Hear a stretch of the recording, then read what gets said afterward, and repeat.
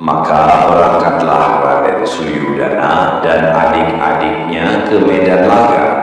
Suara genderang meraung gema Panji Hastina dan Pancala berkibar saling menantang. Anak panah berdesing, tombak beradu, dan bumi bergetar oleh derap kuda perang. Para Kurawa bertempur dengan garang menebas pasukan Pancala tanpa ampun. Banyak prajurit Pancala roboh, tapi Arya Gandamana datang seperti badai. Matanya menyala, tangannya memegang gaya besar yang berputar pakai kilat petir. Satu demi satu Kurawa terpelanting dan tertangkap. Raden Dursasana terpukul mundur, Raden Kartawarma terjepit dalam kepungan.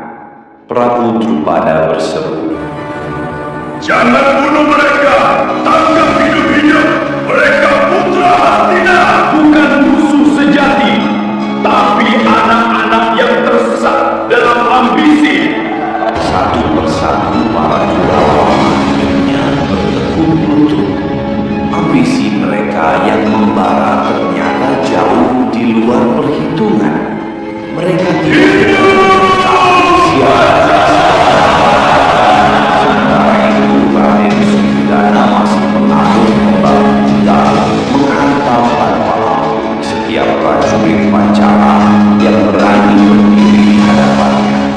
Dentuman gada berputar seperti badai, memecah barisan, meremukkan tameng dan tulang dalam satu tangan. Melihat kebingasan Suyudana yang semakin menjadi-jadi, Prabu Drupada merasa geram. Sorot matanya menyala, dadanya bergemuruh antara amarah dan kehormatan yang tercoreng. Terlalu banyak prajurit Pancala gugur sia-sia di tangan putra Hastina itu. Kini Drupada tidak hanya ingin menghentikan amukan itu, ia ingin menjajal kemampuan Suyudana sendiri, membuat perhitungan atas darah yang telah ditumpahkan, dan mengakhiri kesombongan yang meluap dari pemuda Hastina tersebut.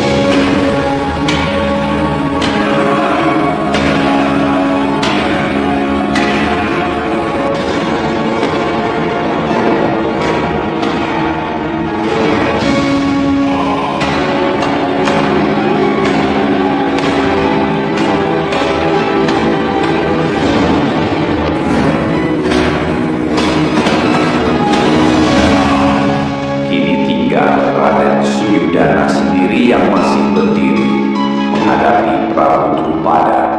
Ia bertarung sengit, tapi kekuatannya kalah oleh pengalaman sang Raja Pancala. Ketika matanya melihat ke arah hati-hatinya yang telah tertawa, hatinya goyang. Dalam sekejap lengan itulah gada Prabu Drupada menghantam pundaknya. Tubuh Suyudana terbelanting ke tanah, darah menetes dari bibirnya. Patih sakit segera melompat dan mengikat tubuhnya dengan tali sutra perang. Maka berakhirlah babak pertama peperangan itu.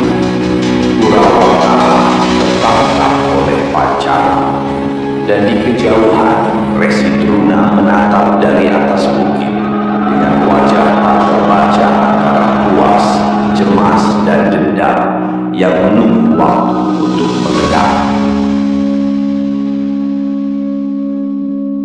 Langit perbatasan Pancala mulai meredup ketika kabar kekalahan para Kurawa sampai ke telinga Resi Druna. Wajah sang guru mengeras, sorot matanya tajam, kecewa sekaligus gelisah. Tanpa kata-kata panjang, ia menoleh pada para Pandawa. "Sekarang giliran kalian." Para Pandawa menyembah hormat, memohon restu sebagaimana mestinya murid kepada guru. Raden Butadewa memimpin langkah, diikuti Bratasena, Permadi, Nakula, dan Sadewa. Mereka berjalan kaki tanpa pengawal, tanpa tameng, hanya membawa kehormatan dan nurani.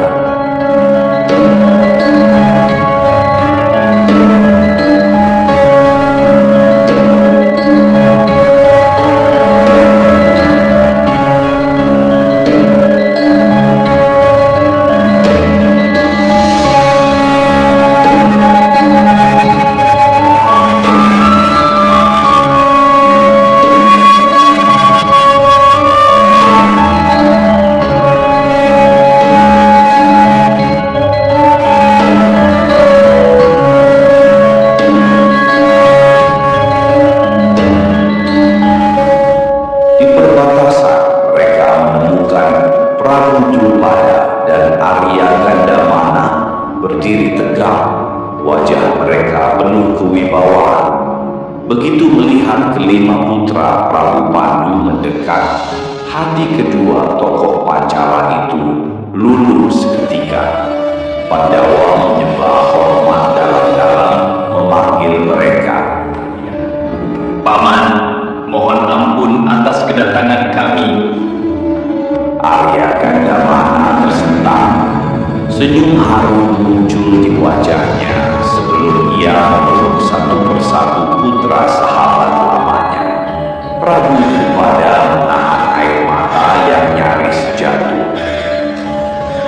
Anak-anak Pandu, kalian tumbuh begitu gagah. Ayah kalian pasti bangga melihat kalian hari ini. Raden Puntadewa menundukkan kepala lebih rendah lagi. Paman, kedatangan kami kali ini sungguh dilematis. Kami tahu kalian sahabat ayah kami. Kami menghormati kalian sebagaimana kami menghormati orang tua sendiri. Tetapi kami juga murid Resi Druna. Dan kami tidak berhak menolak perintah guru. Kami tidak tahu harus bagaimana. Maju melawan paman sendiri, atau mundur dan dianggap membangkang. Keheningan turun sejenak. Angin pagi bertiup sejuk, mengibaskan ujung busana mereka, seolah ikut menimbang beratnya keputusan yang harus dibuat. Prabu Drupada menghela napas panjang, lalu ia mengangkat kepala Puntadewa dengan kedua tangannya. Puntadewa, guru adalah orang tua. Menjalankan perintahnya adalah wujud bakti. Kami tidak akan mundur, meski harus melawan anak-anak dari sahabat kami sendiri. Arya Gandamana menegaskan dengan suara yang mantap. Di medan perang tidak ada paman dan keponakan. Ada nurani, ada dharma. Lakukanlah tugas kalian sebagai murid. Pertarungan ini bukan tentang benci, melainkan tentang kehormatan. Prabu Drupada menambahkan, Iya, jika kalian menghadap kami dengan penuh kehormatan pada hari ini, maka arwah Prabu Pandu akan tersenyum di alam baka. Berperanglah dengan hati yang jujur, kami akan menyambutnya dengan jiwa satria. para Pandawa saling menatap, dan di kejauhan matahari siang yang semakin terang berdiri tegak, seolah menjadi saksi diam atas pilihan getir yang menekan hati mereka. Sebuah pertempuran yang tidak mereka inginkan, namun tetap harus mereka jalani, entah suka atau tidak.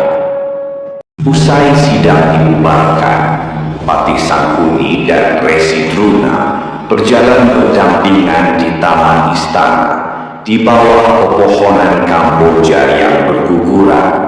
Resi Druna menunduk hormat. Sangkuni tersenyum mirip. Terima kasih, Patih Agung. Tanpa bujukanmu, Raja takkan mengizinkan penyerangan ini. Kita berdua punya musuh yang sama, Arya Gandamana. Dendammu padanya sejalan dengan keinginanku menjatuhkannya. Mulai hari ini, panggillah aku Adi. Dan aku akan memanggilmu kakak, kita saudara seperjuangan. Resi Druna mengangguk kaku, matanya menatap jauh, seolah membayangkan wajah Prabu Drupada yang dulu menolak persahabatannya. Tujuanku hanya satu, Adi Sangkuni, membalas penghinaan itu. Kekayaan, jabatan, semua tak berarti bagiku. Patih Sangkuni tertawa kecil. Kakang Druna terlalu lurus. Tapi ingatlah, dunia tidak hidup dari dendam, melainkan dari kuasa. Bagaimana dengan anakmu Bambang Aswatama? Bukankah ia ingin hidup terhormat? Apa? Kau tahu tentang Aswatama? Sangkuni mengangguk penuh arti. Tentu, ia teman dekat Raden Suyudana di Sokalima. Aku baru saja mengangkatnya menjadi juru tulis di Kepatihan Plasa Jenar atas restu Adipati. Jalan menuju kehormatan kini terbuka untuknya. Mendengar itu, mata Resi Druna bergetar haru. Ia menunduk, lalu menggenggam tangan sang patih. Terima kasih, Adi Sangkuni. Mulai hari ini, anggap aku sahabatmu. Tangan mereka bersatu, satu dingin oleh ambisi, satu panas oleh dendam.